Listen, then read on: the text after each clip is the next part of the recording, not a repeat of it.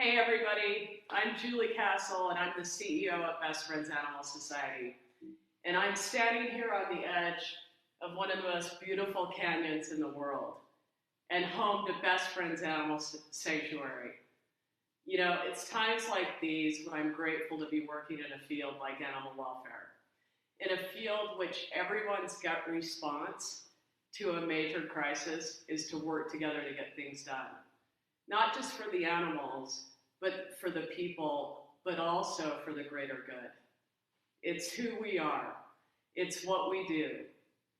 Everybody in this world has been affected by COVID-19, this pandemic that we're all facing in some way and that we will continue to be facing, and all of us will be affected by for a very long time. We are all concerned about our families, human and non-human alike, our friends, our neighbors, our colleagues, our communities, all who are out there trying to navigate this altered reality, just like we are. The information that we know to be true today might not be true tomorrow. That is how quickly this thing is moving and how uncertain things are. It is a time of unprecedented history for us. But here's what I do know. Our commitment to our fellow humans, is as strong as our commitment to the animals. And this commitment, is what is driving Best Friends. It's what is driving our decisions every single second, every minute, every day. It's what's driving our creative solutions across the country in an effort to keep both people and pets safe. In the last 2 days, for the first time in our 36-year history, Best Friends has made the very difficult decision to close our sanctuary in Kanab, Utah, to visitors and first-time volunteers. The reason behind this, it's because we want to keep our staff safe. We want to keep our staff safe and healthy so that they can continue to care for the animals in need. The animals who are at the sanctuary who need round-the-clock care.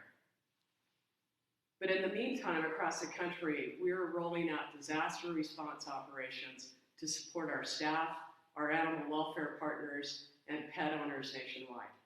And we're planning for the inevitable, which is that we are going to have to close our life-saving centers around the country to the public until further notice. But one of the most enduring features of the no-kill movement, and something that I absolutely adore about this movement, is how scrappy we are. We are the seat of the pants, get stuff done, let's get it done no matter what. It's in times like these that we shine the brightest. And Best Friends and hundreds of animal shelters across the country have been blasting out messages to their communities about the urgent need to move pets out of shelters into adoptive or foster homes. And the public is responding, as Americans always do. It is so heartwarming to see this. And we have seen organizations like Fort Bend County Animal Services who have cranked up their life-saving ingenuity by implementing creative COVID-19 complaint programming, such as virtual and curbside adoptions. And many others have followed their lead.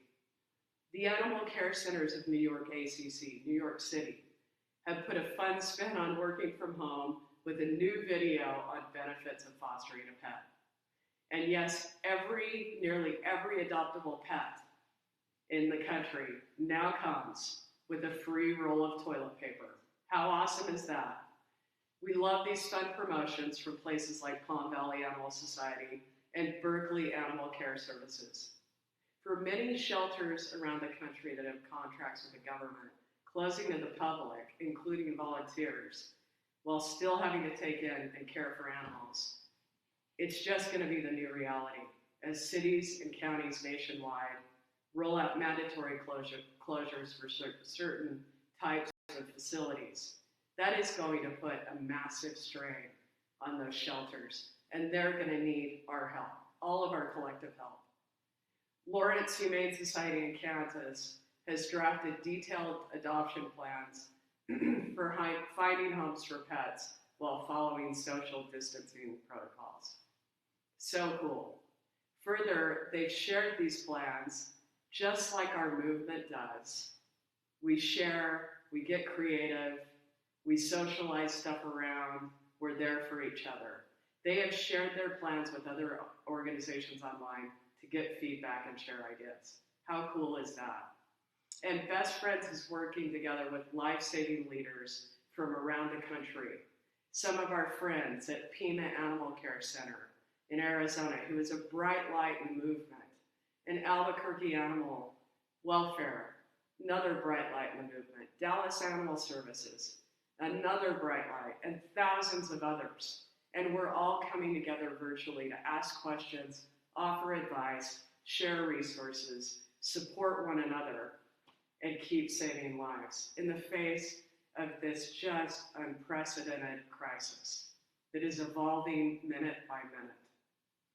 Some places like Gateway Pet Guardians in St. Louis and our very own Best Friends Life Saving Center in New York moved entire populations into foster homes in just 1 or 2 days. You guys, this is who we are. This is what we do. Like I said, so much of what is true today might not be true tomorrow. But what is true today, yesterday, and every other day of the future is the total capacity of animal welfare people to shine in times of major need and to come together for people and animal lovers alike.